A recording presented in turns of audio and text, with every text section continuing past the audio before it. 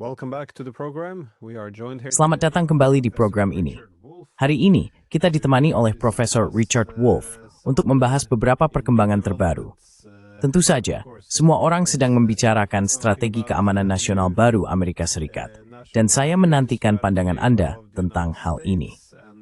Seperti biasa, terima kasih telah kembali hadir di program ini. As always, thank you for coming back on the program. Väglar ljusårning ining bishortsen in i nerd. The stiffers to Y, Branninson. So I consider myself to be a bit of an economic nationalist. Saya menganggap diri saya sedikit sebagai seorang nasionalis ekonomi, dalam arti bahwa saya percaya kedaulatan teknologi dan ekonomi merupakan prasyarat bagi kedaulatan politik dan kebebasan.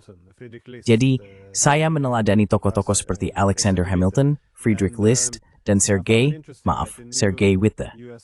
Saya merasa menarik bahwa dalam strategi keamanan nasional AS yang baru, yang sebagian besar orang fokuskan pada aspek militernya, ternyata ada satu paragraf panjang yang membahas Hamilton dan rencana ekonominya. Mungkin pemerintah menafsirkan hal itu agak bebas dengan cara yang tidak sepenuhnya saya setujui. Tetapi tetap saja, menurut Anda, bagaimana strategi keamanan nasional yang baru ini dalam konteks perdagangan dan politik internasional? In terms of international trade and politics. Well, I think it is, and of course the people. Ya, saya pikir memang begitu. Dan tentu saja orang-orang yang menulisnya mungkin tidak akan setuju dengan apa yang akan saya katakan. Tetapi saya rasa itu merupakan pengakuan tersirat sejauh yang bisa mereka lakukan. Bahwa Kekaisaran Amerika telah berakhir. Bahwa jangkauan global Kekaisaran itu telah hilang selamanya. Atau setidaknya hilang untuk sementara waktu. Dan mereka sedang berusaha merumuskan. Dan ingin merumuskan. Uvesistig ganira porstenda positif tentang kemana os melangkah dari sini. Karena gaisan lam yang sudah berabad-abad di negara Amerika gelombang berudung boghuti, bahwa ia Amerika maju besar, politik, ekonomi, budaya militer, keistimewaan Amerika Serikat, semua itu. The exceptional U.S., all of that, 12 ways of saying that there is 12 cara untuk mengatakan bahwa ada sesuatu yang bersifat permanen tentang suatu kondisi yang sebenarnya sama sekali tidak permanen. Apa maksud saya? Semua hal ini bersifat sementara hingga akhir tahun 1945. Hal itu sudah diungkapkan sebelumnya, tetapi tidak benar-benar diyakini, bahkan oleh orang-orang yang mengungkapkannya. Mereka tahu bahwa mereka hanyalah pendukung. Mereka tahu bahwa mereka adalah penyemangat. Dia thembas betuslin fat strathkus. Bisakan. Namun tetunjur kekesan groberbs, pupil Inggris. Tidak, mereka itu ay Peter Royal itu mungkin bagtain terkris. Itu beberapa mal mo ketika berbicara dan jujur. It's started that dread to the utopian. The end of World War II changed that. That war was the spectacle. Perang itu merupakan tontonan kehancuran terhadap setiap pesaing lain yang mungkin bagi Amerika Serikat. Inggris, Prancis, Jerman, Italia, Jepang, Tiongkok, Rusia, semuanya saling menghancurkan. Satu-satunya tempat yang tidak mereka hancurkan adalah Amerika Serikat. Kamu tahu, selain serangan di Pearl Harbor pada awalnya, dan itu pun di Hawaii, tidak ada bom yang jatuh di sini. Tidak ada pabrik yang hancur, tidak ada jembatan yang diledakkan, tidak ada apa-apa. Dan dalam hal ekonomi, kita berada dalam depresi kapitalisme terburuk dari tahun 29 hingga 91. Yang membuat kita keluar dari itu adalah perang. Perang tersebut menyerap jutaan orang yang menganggur. Setengahnya mengenakan seragam dan menjadi tentara, dan setengahnya lagi mendapat pekerjaan membuat seragam untuk tentara. Making the uniforms for the army.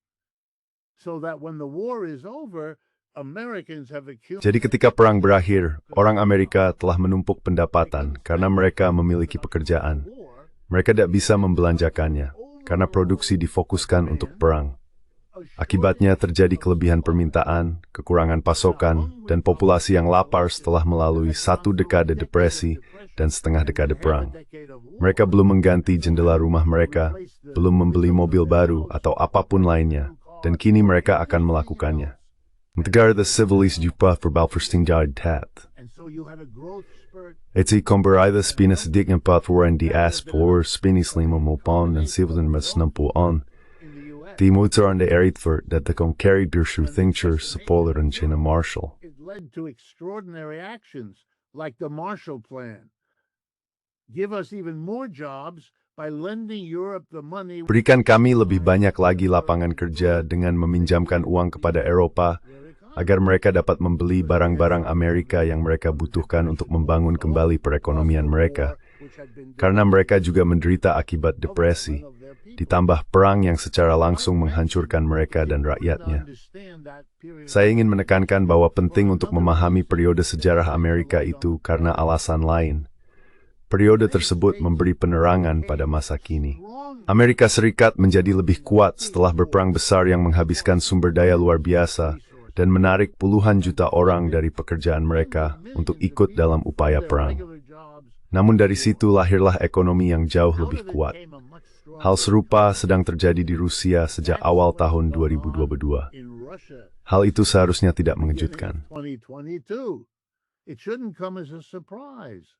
If you understand the certain conditions, war can be. Jika kita memahami kondisi tertentu, perang bisa menjadi peluang yang sangat positif bagi perekonomian. Namun bisa juga sebaliknya karena sebenarnya bukan soal perang itu sendiri, melainkan tentang kondisi di dalam dan di sekitar terjadinya perang. Bagaimanapun, seharusnya sudah jelas bagi semua orang bahwa setelah Perang Dunia II, Amerika Serikat berada dalam posisi yang sangat istimewa.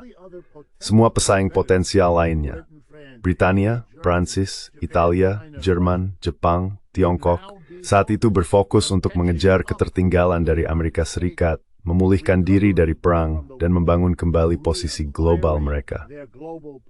Bangsa Eropa masih memiliki koloni mereka, sementara Tiongkok dan Rusia lebih seperti pihak luar yang harus membuktikan tanpa bantuan rencana Marshall atau Barat bahwa mereka juga mampu melakukannya.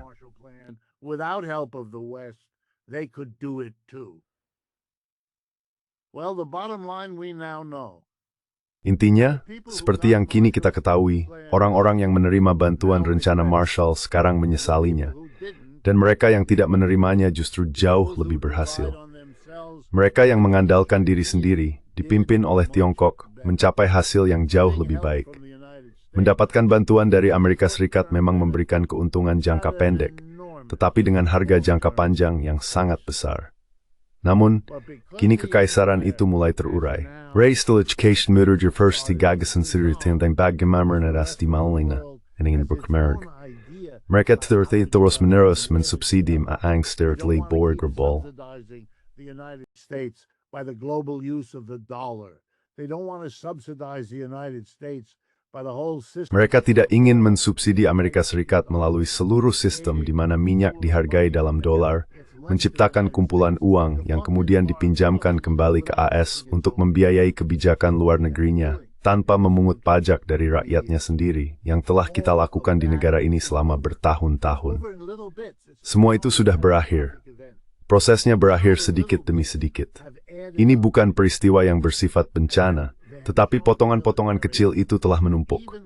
Dan hal itu menunjukkan kepada militer bahwa bahkan ketika mereka berperang melawan negara-negara termiskin di dunia, Afghanistan, Irak, Vietnam, negara-negara ini adalah yang termiskin dari yang miskin. Amerika Serikat yang sangat kuat tidak dapat mengalahkan mereka. Itulah pelajaran yang sangat disadari oleh militer, dan seluruh negeri perlahan mulai menyadarinya, terutama setelah dokumen yang diterbitkan pada 4 Desember itu. That document issued on the 4th of December, it pretty much says it. Intinya sudah jelas, kita tidak bisa mendominasi dunia. Kita akan berusaha menjadi yang terkemuka di belahan bumi ini, belahan barat. Kamu tahu, pernyataan luar biasa tentang kesepakatan dengan Kekaisaran Britania pada tahun 1930, yang melahirkan apa yang disebut Doktrin Monroe, kini dihidupkan kembali. Kali ini bukan sebagai Amerika Serikat yang menegaskan ekspansinya, melainkan sebagai Amerika Serikat yang berusaha mempertahankan setidaknya sebagian dunia yang dulu ingin dikuasainya. Hal ini akan berdampak pada politik, ideologi, dan segala hal di negara ini. Ini akan menimbulkan masalah besar di Amerika Latin yang bisa kita bahas lebih lanjut. Imiti. In Latin America, which we can talk about, but it is, if I could say so, Maksudnya, baik berdasarkan disekagen, selkauken tidak seba. Bagi dunia saya nenaran through dikorbankan Eropa. For the United States, Bagi Amerika Serikat, Eropa sekarang menikah sebagai sumber upeti. as a source Itu bergalit kita akan memberikan upeti itu. if you're not going to give Maka harus sendiri risiko then we dunia. just as soon have Thirst. Jadilah bagian dunia yang dikenal karena pariwisatanya atau semacam itu. Tempat di mana orang bisa datang dan melihat kebudayaan kuno yang dulu sangat penting di dunia, tapi kini memudar ke Prancis atau Norwegia atau dimanapun tempatnya. Norway or whatever the place is. But let you do more than that. But then you got Kemawalan Anda melakukan gaya bidira itu, tetapi kemayan Anda harus membayar upeti. Datus berkomitmen seperti yang dilakukan von der Leyen untuk membeli gas alam cair senilai 700 miliar dolar dengan gas 3 kali lipat dari yang dulu dibayarkan untuk minyak dan gas Rusia, yang pada akhirnya melumpuk industri kisan. commit to invest Dan Stegan itu berkomitmen untuk berinvestasi sebesar 7 hingga 800 miliar dolar selama 10 tahun ke depan. Uang yang dikumpulkan di dan oleh Eropa akan diinvestasikan di sini. you're going to sell that Bagaimana Anda akan menjual itu kepada para pemilih di Eropa? in the world. Bagaimana caranya? Some tribute that. Anda menjadi pembayar upeti seperti bagian dari pinggiran Kekaisaran Romawi atau wilayah luar Kekaisaran Ottoman yang membayar upeti. The Ottoman Empire paying tribute. And if you don't pay enough tribute, we will punish you with a tariff. Dan jika kalian tidak membayar upeti yang cukup, kami akan menghukum kalian dengan tarif atau sesuatu yang lain. Let me say it as starkly as Apakah ini yang akan dilakukan oleh orang Eropa? Izinkan saya mengatakannya sejelas mungkin. Apa yang dilakukan dokumen itu adalah memberitahu orang Eropa, bahkan jika mereka belum bisa melihatnya, bahkan jika mereka belum bisa mendengarnya. Dokumen itu memberitahu mereka, world economy. kami orang Amerika And it's changed. kini memahami ekonomi dunia dan perubahannya. Try Dan kami akan mencoba membangun aliansi dengan Rusia dan Tiongkok. China. Kalian orang Eropa mungkin akan segera harus mengambil keputusan yang sama. Dan kami akan bersaing memperebutkan Rusia dan Tiongkok. We will come. Kami berada dalam posisi yang lebih baik untukkan itu dibanding kalian. Jadi ini sama sekali tidak terlihat baik bagi kalian. So it's not looking good for you at all. I like what you said about the. Saya suka apa yang kamu katakan tentang rencana Marshall sebagai manfaat jangka pendek atau menengah. Karena keuntungannya negara-negara seperti Rusia atau Tiongkok dah astanggup deneti lawan. Kami mesti tuat dan muat umitik yang berenggebor Amerika Serikat, yang artinya mereka kedaulatan teknologi dan keuangan mereka sendiri. Mereka menggunakan kapasitas mereka sendiri untuk memperkuat kedaulatan politik mereka jika AS menyerang mereka. Namun bagi orang Eropa, mereka selalu berpikir bahwa AS akan menjadi sahabat terbaik mereka selamanya. Mereka mempercayai seluruh gagasan bahwa aliansi didasarkan pada nilai-nilai, bukan pada kepentingan strategis. Instead of strategic interest, and I don't think they realize that they Dan saya rasa mereka tidak menyadari bahwa dunia politik barat, sebagaimana ia telah ada, memiliki kondisi yang cukup unik. Maksud saya, dalam dunia bipolar, hal itu masuk akal. Anda harus menahan Uni Soviet. Bahkan persaingan ekonomi antara kekuatan barat selama Perang Dingin berkurang karena adanya tujuan yang lebih besar, yaitu menyeimbangkan kekuatan Soviet. Dalam dunia unipolar, hal itu juga masuk akal. Imperium AS membutuhkan simpul-simpul tertentu. Jerman, Miles Fiwag Monde Pemeriksuwika diselaraskan. Nemfortai ni multipolar, ninalsangi indang-indaki angyu. Yeah, there's no foundation anymore for this partnership, and I think you're correct that Dan saya pikir Anda benar bahwa sekarang satu-satunya cara mereka dapat mempertahankan kehadiran Amerika di Eropa adalah dengan membayar upeti untuk mendapatkan simpati Amerika. Namun semakin banyak upeti yang mereka berikan, yang secara definisi hampir selalu bertentangan dengan kepentingan nasional mereka sendiri, semakin lemah mereka, semakin tidak relevan mereka menjadi. Dan Anda bisa melihat ketidakrelevanan ini dan hampir rasa tidak hormat dari Amerika Serikat. Tentu saja, strategi keamanan nasional, kita tidak perlu membahas semuanya, sangat bermusuhan terhadap Eropa. Bahkan menyiratkan bahwa perubahan rezim mungkin baik, atau setidaknya bahwa mereka harus membina oposisi. Namun ada argumen lain atau usulan lain yang muncul, bahwa Jejuju juga sebenarnya sudah tidak terlalu relevan lagi. also isn't really that relevant anymore. I mean, these are not the Maksud saya, negara-negara ini bukan lagi ekonomi terdepan. Dan pemerintahan Trump telah menyarankan menurut laporan bahwa lebih baik menggantinya dengan Core 5 atau C-5 yang terdiri dari AS, Tiongkok, India, Jepang, dan Rusia. Dan tidak ada satupun negara Eropa, ya selain Rusia, yang termasuk dalam daftar itu. Ini sungguh luar biasa.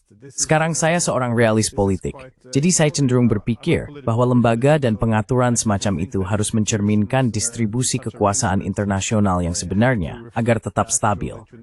Namun hal ini menandakan masa depan yang sangat suram bagi Eropa. Jadi bagaimana Anda melihat masa depan ekonomi Eropa? Karena saya selalu bertanya-tanya, apakah saya terlalu keras atau terlalu pesimistis dalam hal ini? Too hawkish or too pessimistic here? Well, Baik seperti biasa setidaknya bagi saya, pada akhirnya kekuatan yang menentukan bersifat internal, bukan eksternal. Saya pikir apa yang terjadi di Eropa saat ini bukan berarti guncangan eksternal, jika boleh dikatakan demikian. Tidak penting. Itu penting. Itulah sebabnya saya memulai dengan mengatakan bahwa makalah dari minggu lalu merupakan momen konseptual yang sangat mendalam dalam budaya kita dan akan berdampak pada orang Eropa. Namun, saya pikir semuanya bergantung pada bagaimana politik Eropa berkembang secara internal. Seberapa besar komitmen masyarakat Eropa terhadap kepemimpinan yang mereka miliki sekarang, partai politik yang mereka miliki sekarang, dan kapitalisme sebagai sistem yang mereka miliki sekarang, di dunia yang berubah begitu cepat. Dan dengan cara-cara yang menurut saya, cepat atau lambat, Geburtstager get nice many source sittners as reading simple from being in its paka symbilard. are very dangerous, particularly for them. It'll enhance the awareness. Ini akan meningkatkan kekuatan yang kita perlukan untuk melakukan beberapa perubahan dan mendasar. Now, Mereka tidak akan bisa menyamai kekuatan Yamato. powers. Maksud saya, Jerman sedang melakukanlah paling agresif untuk mempersenjatai diri. Pinjaman besar yang diambil Merz, pendanaan defisit fiskal untuk pembangunan militer. Saya heran mengapa negara-negara Eropa lainnya tidak khawatir tentang apa yang akan terjadi ketika Jerman memiliki tentara yang sangat besar, sementara yang lain tidak. What happens when Germany has Tapi saya juga berpendapat bahwa mengingat besarnya pengeluaran yang dilakukan Rusia dan Tiongkok untuk meningkatkan kekuatan militer mereka, dan mengingat pendanaan Amerika Serikat untuk peningkatan militernya sendiri, negara-negara Eropa, given the United ya, States mereka memang tidak akan bisa menyusul. upgrading. The Europeans, well, they can't catch up. The only way they could work is if they're Satu-satunya cara mereka bisa membuatnya berhasil adalah jika teknologi militer mereka melampaui Rusia, Tiongkok, dan Amerika Serikat. that's Itu mungkin, tapi tidak terlalu mungkin. Bahkan tidak terlalu mungkin bahwa Jerman bisa bertahan tanpa membeli banyak barang militer menengah dan akhir yang menjadi bagian dari pembangunan kekuatan mereka. that are part of Mereka tidak memiliki struktur industri untuk melakukan semua itu sendiri. Itulah yang telah mereka hilangkan. Itulah yang telah hilang dari seluruh Eropa. all of Europe has lost. Dan hal itu tidak bisa diatasi dalam semalam, yang berarti banyak dari pengeluaran tersebut sebenarnya akan mengalir ke bagian lain dunia yang memproduksi barang-barang yang mereka butuhkan. Jadi saya melihat upaya ini akan berjalan terseok-seok, melakukan apa yang mereka katakan akan mereka lakukan, dan sangat tidak mungkin membawa mereka terlalu jauh. Very, very unlikely to take them very far. And I'm afraid I don't see the move towards unity. Dan saya khawatir saya sama sekali tidak melihat adanya langkah menuju persatuan. Maksud saya cara Prancis, Inggris, dan Jerman mendorong penggunaan 200 miliar aset Rusia bertentangan dengan keinginan Hongaria, Belgia, dan beberapa negara lain. Itu tidak terlihat seperti Eropa yang bersatu. Like a Europe. Itu terlihat seperti Eropa yang kamu tahu mulai terpecah. And if they go Dan jika mereka melanjutkan rencana untuk membuat seluruh Eropa bertanggung jawab jika uang itu tidak pernah dibayar kembali, yang saya ragukan akan terjadi, maka kamu akan membebankan pembayaran utang kepada orang-orang yang menentang pinjaman itu. Mungkin Eropa bisa tetap bersatu di tengah perbedaan seperti itu, tapi saya rasa tidak, terutama dengan tekanan lain yang mereka hadapi. pressures that are on them. So finally, could you have a breakout? Jadi akhirnya, mungkinkah terjadi terobosan jika ada perombakan besar-besaran? Yes. Ya, Dan di Eropa ada dasar sosialisme yang memungkinkan untuk membayangkan hal itu. Saya tidak mengatakan bahwa hal itu bisa dilakukan. Itu kemungkinan yang sangat kecil tentu saja mengingat kondisi politik di sana saat ini. Namun, situasinya bisa menjadi sangat berbeda jika produksi benar-benar dikolektivisasi, jika pabrik-pabrik dimiliki dan dijalankan oleh para pekerja sendiri. Anda masih bisa memiliki program militer dan sebagainya, tetapi itu akan menjadi tantangan bagi dunia yang sangat berbeda dari apapun yang pernah dibayangkan sebelumnya. Izinkan saya sedikit dramatis. Itu akan seolah-olah Eropa berkata, kami tidak pernah benar-benar menganggap sosialisme dengan serius. We never took socialism very seriously. What we did, we allowed socialist parties. Yang kami lakukan adalah mengizinkan partai-partai sosialis untuk berfungsi. Kami mengizinkan mereka memenangkan suara, membentuk pemerintahan dan mengatur ekonomi kapitalis swasta, sedikit lebih banyak, sedikit lebih sedikit dari satu negara ke negara lain. Tetapi yang tidak pernah kami lakukan adalah membuat revolusi di tingkat mikro. Kami tidak pernah mempertanyakan bahwa perusahaan kapitalis akan dijalankan sebagai otokrasi dari atas ke bawah, seperti yang terjadi di Britania Raya dan Amerika Serikat, dan tidak begitu berbeda di tempat lain di Eropa juga. Bayangkan jika hal itu diubah. Bayangkan jika Anda berkata, kami adalah kaum sosialis, dan kami menyadari bahwa dalam jilid pertama Capital, Marx tidak mengatakan sepatah kata pun tentang pemerintah versus swasta. Itu bukan topik yang menarik perhatiannya. It's not a topic he's interested in. He never wrote about it. It wasn't. Dia tidak pernah menulis tentang hal itu. Itu bukan topik pembahasannya. Baik pemberi kerja itu orang pribadi maupun lembaga pemerintah, yang penting, kata Marx, adalah bahwa itu tetap merupakan pemberi kerja dalam hubungan antara pemberi kerja dan pekerja dengan mayoritas besar masyarakat. Misalkan kamu menantang pandangan itu, maka Eropa bisa berkata kepada Tiongkok, saya sedang berbicara secara dramatis denganmu. Kami adalah sosialisme yang sesungguhnya. Kamulah yang ragu untuk mengambil langkah itu. Kamu masih memiliki negara sebagai kekuatan dominan, partai dan negara sebagai kekuatan utama. Kamu memiliki campuran 50% negara dan 50% swasta, tetapi baik sektor swasta maupun sektor negara dijalankan dengan cara yang justru ditentang oleh Marx, yang kamu akui sebagai inspirasimu. Hubungan produksi seperti itulah yang ia lawan. Sekarang dia tidak pergi berspekulasi tentang seperti apa alternatifnya nanti. He didn't go off and speculate what the alternative would look like. He didn't believe in doing that, which I understand. Dia tidak percaya untuk melakukan hal itu. Yang bisa saya pahami, pekerjaannya adalah mengkritik. Tetapi implikasi dari kritik itu itulah yang dilakukan oleh kaum komunard dalam Komune Paris tahun 1870, yang dilakukan oleh kaum Bolshevik pada tahun 1912 dan seterusnya. Mereka kemudian menciptakan kapitalisme negara. Saya mengerti. Mungkin itu memang satu-satunya hal yang bisa dilakukan pada saat itu. Saya tidak sedang menjadi pengamat yang menilai setelah kejadian. Saya tidak tertarik pada hal itu. Tahap yang dimaksud Marx, tahap tidak bisa dicapai sampai kondisi untuk itu matang. Inilah pertanyaan menariknya.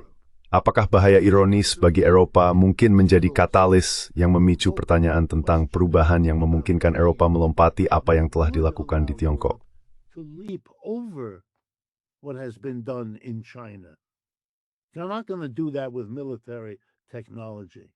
Kamu tidak akan bisa melakukannya dengan teknologi militer, dan kamu juga tidak akan bisa melakukannya dengan kereta cepat atau mobil listrik. Sudah terlambat. Namun dalam restrukturisasi dunia usaha, untuk mewujudkan gagasan sosialis lama, Eropa bisa melakukannya. Dan pertanyaannya adalah, apakah mereka akan memiliki kesadaran politik tentang diri mereka sendiri untuk melakukan upaya itu? Jika tidak, maka menurut saya mereka akan menghadapi masa yang semakin panjang.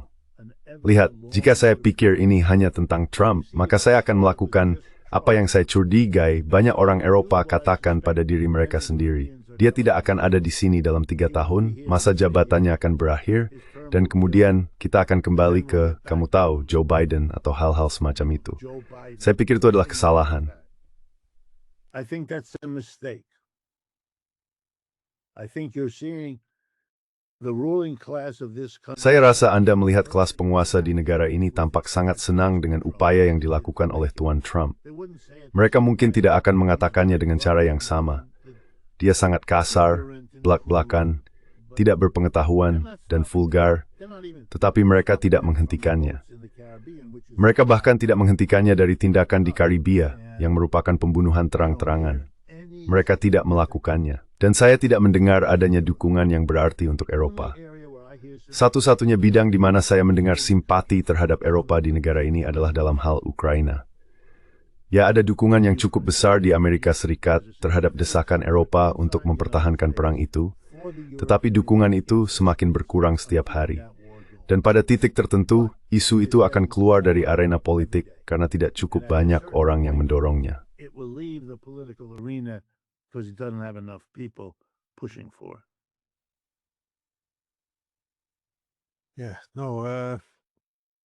Ya, tidak. Saya pikir ini juga merupakan kesalahan dalam pemerintahan Trump yang pertama.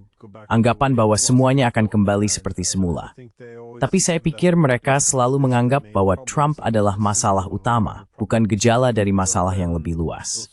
Karena kemudian juga ada anggapan bahwa, ya, bagaimana mungkin Trump keluar dari JCPOA dengan Iran, atau mengapa dia memulai perang ekonomi dengan Tiongkok. Namun begitu, Biden mengambil alih. Ia mengikuti kebijakan yang sama. Jadi saya memang berpikir NATO kurang lebih sudah selesai. Dan inilah mengapa saya juga agak frustrasi dengan ketidakmampuan Eropa untuk menyesuaikan diri. Anda tahu, keputusan untuk membagi kembali Eropa setelah Perang Dingin dengan memperluas NATO, pada dasarnya ini adalah harga yang harus kita bayar untuk mempertahankan posisi dominan AS di Eropa. The leading US position in Europe. But now that NATO is declining, Tapi sekarang, ketika NATO sedang menurun dan AS ingin melepaskan diri dari Eropa, Eropa harus melakukan diversifikasi. Sepertinya sekarang ada kesempatan untuk memperbaiki beberapa kesalahan yang telah kita buat, seperti memulai perang dingin dengan Rusia misalnya. Namun, itu adalah argumen yang mustahil dijual di Eropa saat ini. Mereka tidak peduli lagi. Bahkan jika Amerika meninggalkan Eropa, mereka tetap ingin melawan Rusia. Tidak jelas apa tujuannya atau mengapa. Saya selalu mendengar argumen bahwa mereka menyerang kita, melakukan perang hibrida, bahwa mereka akan datang untuk kita. Tetapi tidak ada yang bertanya mengapa. Apa sebenarnya tujuan mereka? Maksud saya, mereka sedang meningkatkan segalanya. Mereka juga mengakui dunia multipolar, beralih ke timur.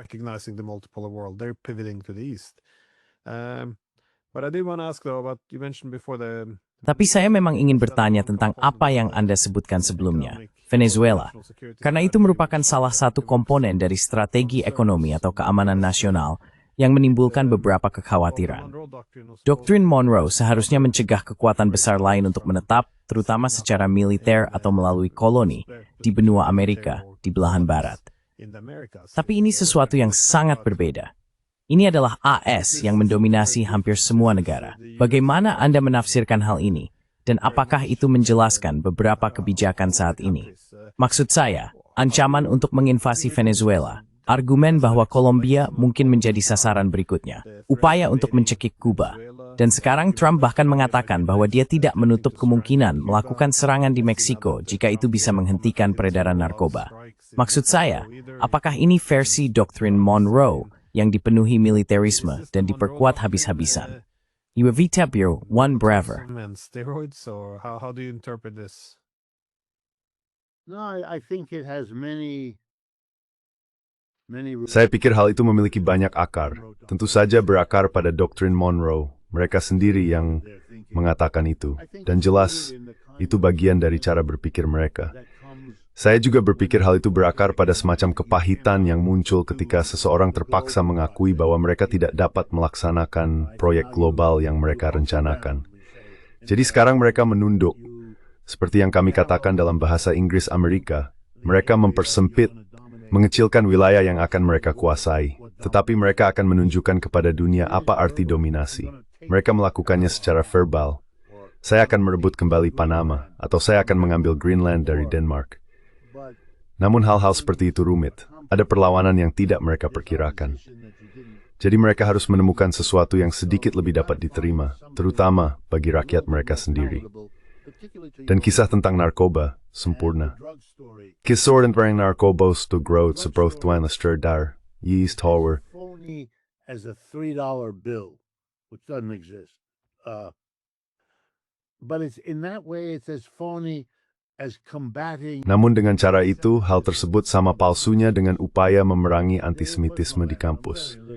Hampir tidak ada antisemitisme di kampus kita. Kurang dari 5 tahun yang lalu, bahkan kurang dari 10 tahun yang lalu. Jika memang ada masalah, itu pun tidak ditangani melalui kebijakan apapun. Sekarang hampir tidak ada masalah, tetapi dibuat menjadi peristiwa besar. Itu jelas sekali. Anda bisa melakukan apa yang perlu dilakukan, menghancurkan gerakan pro-Palestina dan anti-Israel di Amerika Serikat, yang masih kuat, tetapi dulu bahkan lebih kuat, terutama di kampus, dengan menciptakan kampanye kampus alternatif yang tidak hanya menggerakkan mahasiswa di sekitar isu yang sama sekali berbeda, tetapi juga menggerakkan mereka melawan para pemuda yang mengibarkan bendera Palestina dan hal-hal semacam itu. Jadi, itu sangatlah menguntungkan. Palestinian flag and stuff like that. So it was very convenient. Narco trafficking or narco boats. Perdagangan narkoba atau kapal narkoba, itu sama saja. Semuanya palsu. Negara ini menderita akibat epidemi heroin sintetis, dan hal itu menewaskan 70 hingga 80 ribu orang per tahun di negara ini. Banyak anak muda. Banyak di antara mereka adalah anak-anak dari orang dewasa yang memilih Trump, karena mereka tidak punya masa depan. Mereka tidak punya pekerjaan, tidak ada yang kembali. Mimpi Amerika menjadi sepenuhnya tidak terjangkau. Sekarang kita memiliki masalah keterjangkauan di Amerika. Presiden berkeliling membicarakan soal keterjangkauan. Intinya di negara ini adalah kita sedang menyusut, kita sedang tergelincir, perang di Ukraina sedang kalah. Dan ya, Anda bisa menyalahkan orang Eropa, dan ya, Anda bisa menyalahkan Zelensky. Dan sekarang kita memiliki berita utama setiap hari tentang korupsi di sekitar Tuan Zelensky. Tentu. Around Mr. Zelensky. Sure. But it's a problem. And that problem is we can't. Tapi ini adalah masalah. Dan masalahnya adalah kita tidak bisa berhasil secara militer. Kita perlu memenangkan sesuatu. Dan itulah mengapa penting untuk berperang dengan Venezuela atau Kuba. Dan itu bisa berdarah. Bahkan tidak akan terlalu buruk. Karena hal itu akan memungkinkan banyak arak-arakan pemakaman. Dan presiden bisa berjalan di belakang peti mati para prajurit yang, dalam upaya membantu sesama anak muda menghindari narkoba, tewas di hutan Venezuela. Semua ini sedang ditingkatkan. Jadi, jawaban panjangnya ya. Saya pikir ini adalah perilaku sebuah negara yang ditolak perannya sebagai kekaisaran global dan kini bertekad untuk menebusnya dengan secara agresif menegakkan kembali dominasinya di Amerika Latin.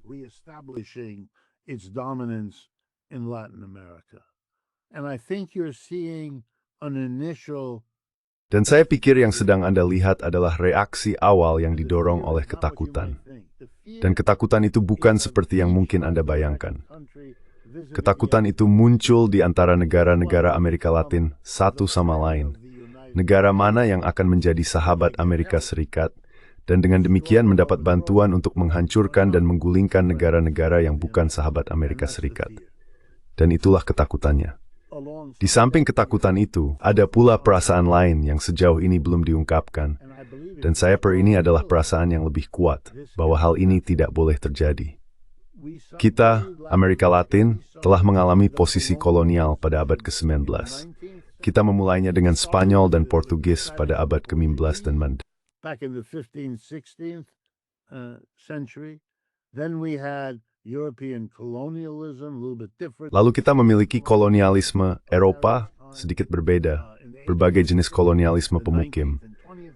Pada abad ke-18 dan terutama abad ke-19 dan ke-20, kita sekarang hidup di era anti atau pasca kolonialisme. Itu sangat-sangat kuat. Dan saya tidak berpikir bahwa Amerika Serikat dalam jangka panjang akan berhasil dengan menempatkan dirinya sebagai penyangkalan. Namun, saya pikir yang akan mereka lakukan adalah membanjiri bagian dunia itu dengan banyak Gaza. Israel dan Palestina mewakili kolonialisme yang dua atau terembat. En Inggris bersempelkuga da Australia ba Kanada semerdet dan gesarnes du Straward stat me. Canada, the United States, South Africa, and so on. But they could do it then. They can't do it. Israel is trying. Tapi mereka bisa melakukannya dulu. Sekarang mereka tidak bisa. Israel sedang mencoba melakukannya sekarang. Itulah sebabnya orang-orang itu tidak akan pernah pergi. Mereka tidak merasa sendirian. Mereka dibom setiap hari, tapi mereka tetap di sana. Mereka punya keyakinan ini, kami pada akhirnya akan berhasil. Mungkin kami tidak akan hidup dan anak-anak kami mungkin kehilangan satu tangan dan sebagainya. Tapi kamilah masa depan, bukan Israel. Dan Israel mencoba meyakinkan rakyatnya, kamilah masa depan. Tapi sebagian besar orang Israel tidak mempercayainya. Saya berbicara dengan seorang diplomat Israel belum lama ini. Dan yang bisa dia katakan kepada saya hanyalah, jika kami jatuh, kami akan menyeret seluruh dunia bersama kami. Sebuah gagasan yang menakutkan, tapi dia mengatakan hal itu jelas dan nyata di pikirannya sebagai anggota birokrasi Israel.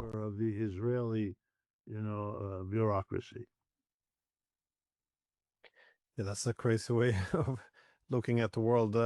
Itu cara yang gila untuk memandang dunia. Tapi izinkan saya mengajukan satu pertanyaan terakhir tentang doktrin Monroe. Karena seluruh asumsi di baliknya adalah bahwa jika AS dapat bernegosiasi dengan kekuatan besar lainnya untuk tetap menjauh, maka AS akan berusaha untuk mendominasi.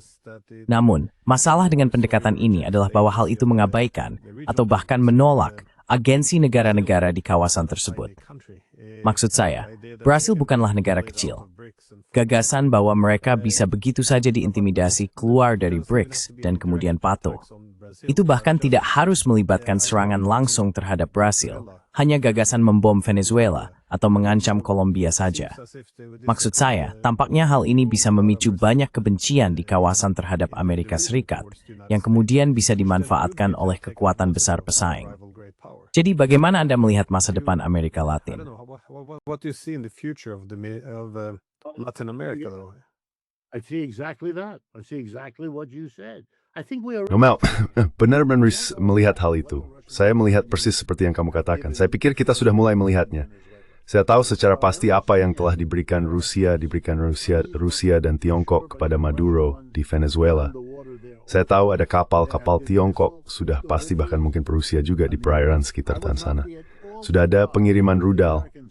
Maksud saya tidak akan terkejut sama sekali jika orang Amerika mendarat dan menemukan tingkat persenjataan di tangan tentara Venezuela yang tidak mereka perkirakan. Entah karena mereka tidak tahu, tidak percaya, menganggapnya palsu, atau alasan apapun yang mereka berikan. Tidak, kamu benar sekali. Negara-negara itu melihat apa yang sedang menjadi agenda dengan mempertimbangkan dunia selatan, anti-kolonial, pasca-kolonial, dan sebagainya. Mereka akan mencari bantuan dari Rusia, Tiongkok, dan BRICS, and they're going to get it. You can see it already. Look at the statistic over the last year. Kamu sudah bisa melihatnya sekarang. Lihat saja statistiknya. Selama setahun terakhir, ekspor Tiongkok ke Amerika Serikat turun 29%, tetapi total ekspor mereka lebih besar daripada tahun lalu. Kamu tahu apa artinya itu? Artinya, dan bukan Eropa yang menjelaskannya, ekspor Tiongkok ke negara-negara BRICS pada dasarnya ke seluruh dunia tumbuh lebih banyak daripada penurunan ekspor mereka ke Amerika Serikat. Itulah jawabannya. Itulah pilihannya. Salah satu hal yang selalu dilakukan Amerika Serikat adalah menggunakan sanksi dan pada dasarnya menakut-nakuti suatu negara dengan menjatuhkan sanksi pada bank, ekspor, atau impornya agar mereka patuh. Sekarang tidak lagi. Tidak lagi. Jadi mereka akan merasa entah benar atau salah, jauh lebih bebas untuk membuat kesepakatan lain yang bisa menghindari sanksi.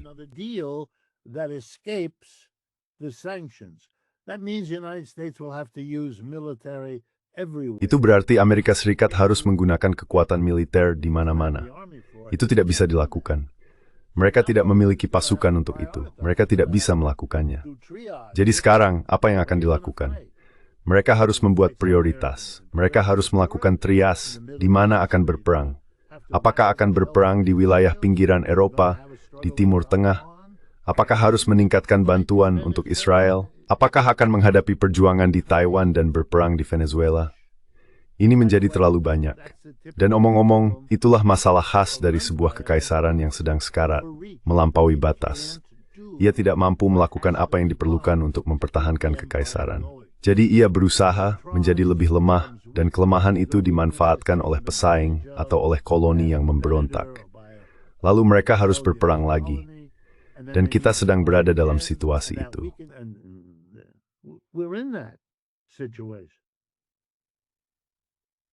Yeah, this is the always the problem with Inilah masalah yang selalu muncul dengan sanksi berlebihan yang diterapkan dalam jangka waktu lama. Dunia lainnya berhenti menggunakan teknologi dan industri Anda.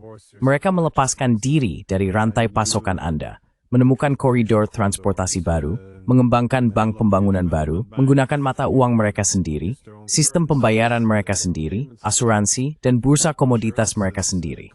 Maksud saya, segala sesuatu bisa digantikan jika ketergantungan ekonomi dijadikan senjata. Inilah masalah yang saya kira dihadapi oleh kekuatan hegemon yang sedang menurun. Dan saya pikir orang Eropa, tentu saja, juga telah membuat beberapa kesalahan besar.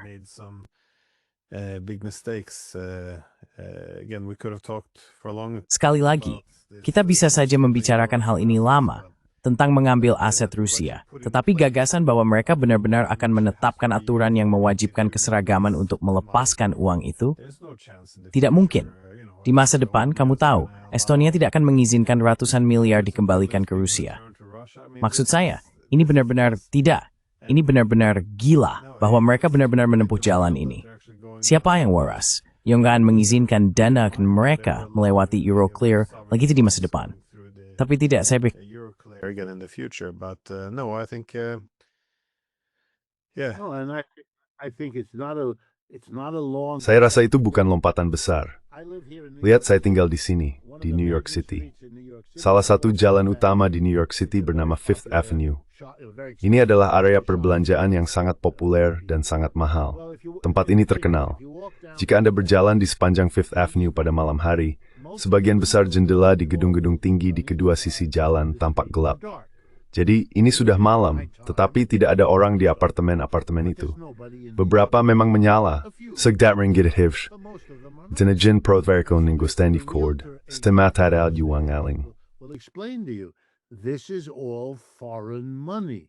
They buy an apartment here because it's a. Mereka membeli apartemen di sini karena itu cara yang aman untuk menyimpan uang jika Anda orang kaya dari Malaysia, atau dari katakanlah Togo, atau dari Panama, tidak masalah. Anda membeli apartemen, melihat nilainya naik, dan itu tempat yang luar biasa. Pemerintah Anda tidak bisa menyentuhnya. Tidak ada yang bisa mengganggu aset Anda. Anak-anak Anda bisa datang untuk berbelanja ke New York City sekali atau 2 kali setahun dan menginap di apartemen itu karena dibersihkan setiap bulan. Nah, semua itu sekarang sedang dijual. Orang-orang kaya itu sudah menyadari bahwa jika dana kedaulatan bisa dijadikan senjata, siapa yang akan mengendalikan saat kepemilikan apartemen di New York oleh orang asing menjadi tidak lagi legal.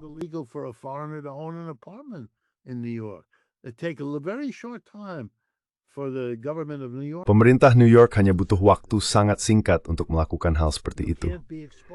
Kamu tidak bisa lagi terekspos di sini. Kamu pasti tidak bisa terekspos di Eropa, tapi kamu juga tidak bisa terekspos di sini seperti sebelumnya.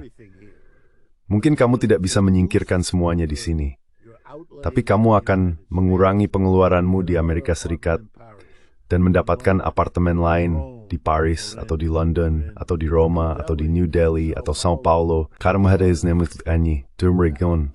You would take here. Sekarang terade gorif, and berapa lama staff class assets in my brand kari. It's an on text, alphabet. And we're at that. We're already at that point. Well, thank you for taking the Baik, time. terima kasih, Sitin Waktu. Dan ya, saya menantikan untuk berbicara dengan Anda lagi tentang hal ini. Perubahan ekonomi saat ini benar-benar luar biasa. Anda melihat dalam hitungan minggu apa yang dulu terjadi selama bertahun-tahun. That's right. And Don Sachor, Abuthai Sasingritor Times. Skuljurid step race the lobud, tea. my guess is we'll Majid Harrowd gorgeous cigar. You could say to Timari step. All right. Bye-bye.